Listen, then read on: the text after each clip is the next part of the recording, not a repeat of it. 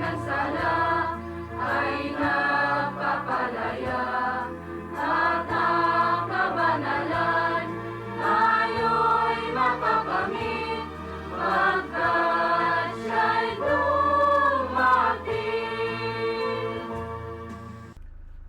Unang Tesalonica 5:16-22. Magala kayong lagi, manalangin kayong walang patid. Sa lahat ng bagay ay magpasalamat kayo, sapagkat ito ang kalooban ng Diyos kay Kristo Jesus para sa inyo.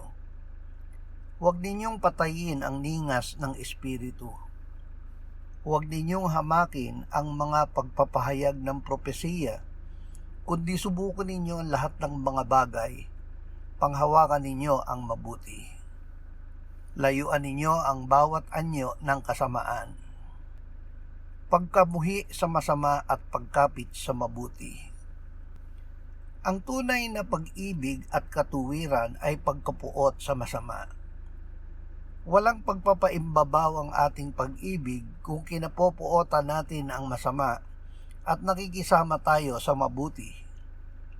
Ang isipan ng matuwid ay nakapokus sa mga bagay na mabuti.